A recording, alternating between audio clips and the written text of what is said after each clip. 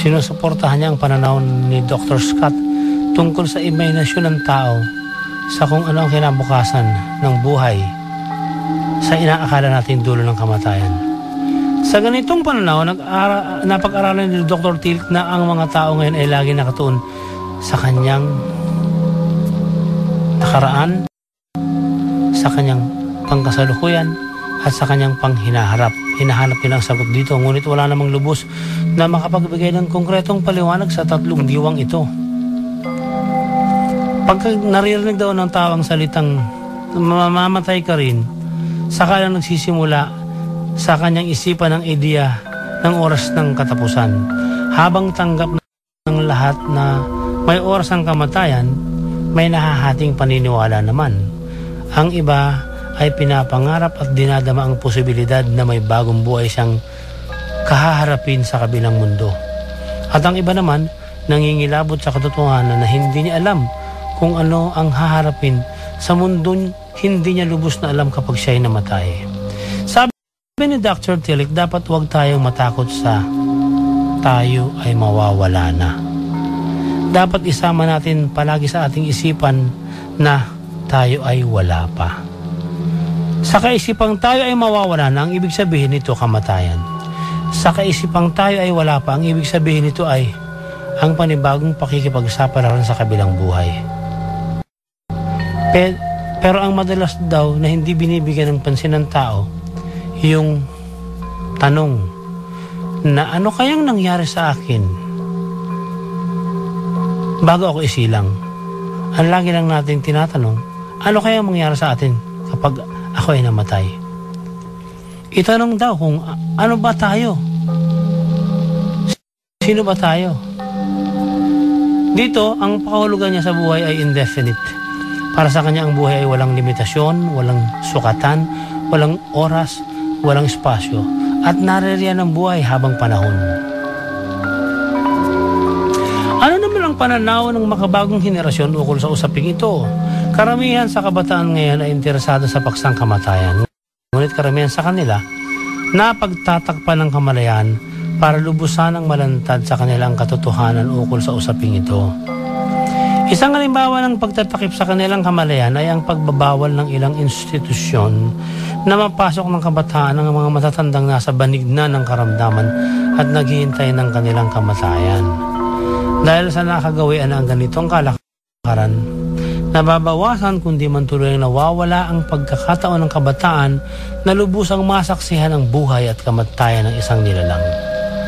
Ayon sa pag-aaral, sa edad na 10, ang mga bata ay nagpapantasya ng kahalili ng kamatayan bilang normal na bahagi ng pag-usbong ng kanilang kaisipan at kalooban.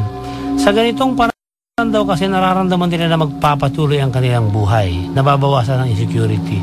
Sa edad na 13 hanggang 18, ang kabataan dito naman ay nakabubuo na ng konsepto kung ano ang buhay pagkatapos ng kamatayan. Alam na rin nila kung ano ang ibig sabihin ng salitang kamatayan.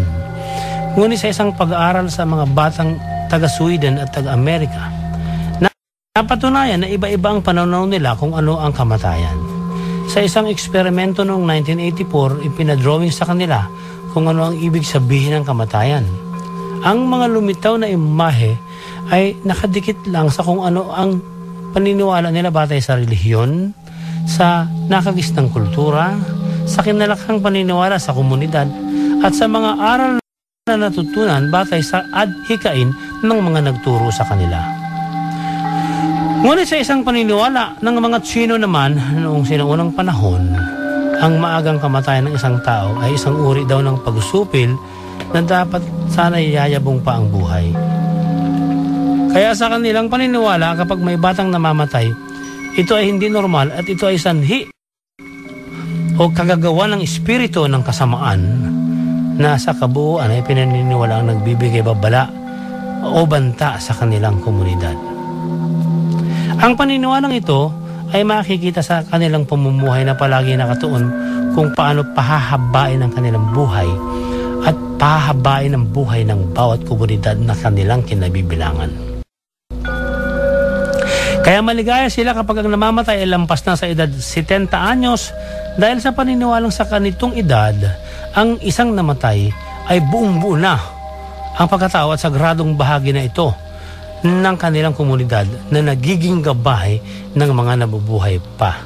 Sa makatuwid, ang maagang kinukuha ng evil spirits para sa mga Tsino ay nagpapatunay na naniniwala silang may impyerno o may mala-impyerno, at ang namamatay na nasa tamang edad na napupunta sa mabuti at nagiging sagradong gabay nga nila. Nangangahulugang ang ibig sabihin ay sumisimbolo ito ng langit o ng katulad ng langit at katumbas ng langit sa kanilang paniniwala. Yan ay ibang-iba naman sa India, lalo na sa mga kasapi ng Buddhism at Hinduism. Naniniwala sila na ang isang nilalang ay binubuo ng dalawang katauhan, isang katawang lupa at isang kaluluwa. Nirvana ang tawag nila sa tao na nagpakabuti habang nabubuhay at kapag namatay ay napupunta sa isang uri ng kalangitan. Reincarnation ang paniniwala at tawag nila sa kaluluwa ng namatay na muli pumapasok sa ibang katauhan pagkatapos ng kanyang kamatayan. Dito rin pumapasok ang kaisipan na hindi niya kasi nagawang magpakabuti nung nabubuhay, kaya kailangan niyang muling bumalik sa mundo at hindi pa mapunta sa isang lugar na kung ituring ay kalangitan. Samantalang sa pananaw naman ng Western culture o kulturang kanluranin, ang kamatayan ay isang uri ng paglisan o pagkalipas. Madalas na nagiging madrama ang pagtanggap ng kamatayan sa ganitong kultura. Bilang pampalubag loob, itinuturing ng iba sa Western culture na ang kamatayan ay pasasalamat na lang dahil may katumbas na sakit na nawawala pagkamatay ng isang nilalang. Sa bansang Amerika, ang namamatay ay kinakaragahan ng maraming uri ng seremonya, kaya tuluyang nawawala ang seryosong kahulugan ng kamatayan. Kung tatanggapin ang kamatayan bilang isang bagay na kailangan mangyari, sa halip na naghahanap palagi ng masisisi kapag nagaganap ito, hindi na kailangan pang maghanap ng paraan upang protektahan ang takot na nararamdaman tuwing dumarating o paparating ang kamatayan.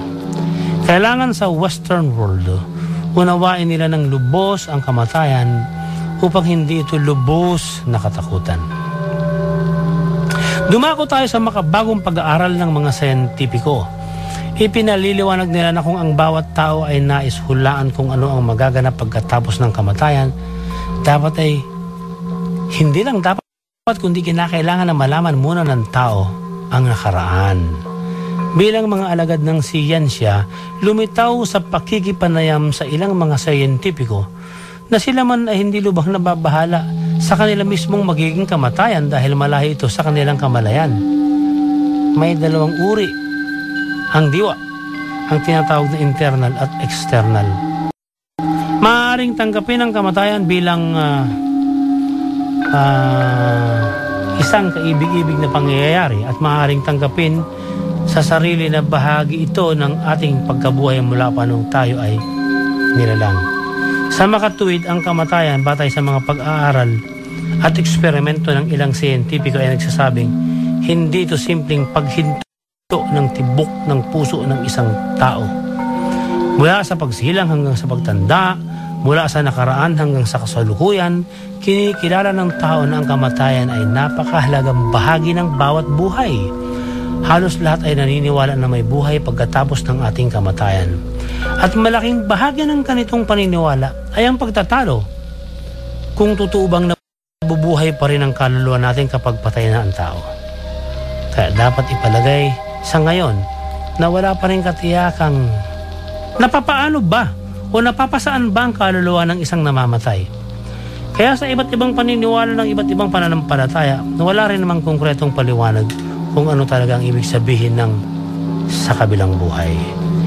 Dahil isa itong hiwagang dapat pa rin matuklasan ng sangkatauhan.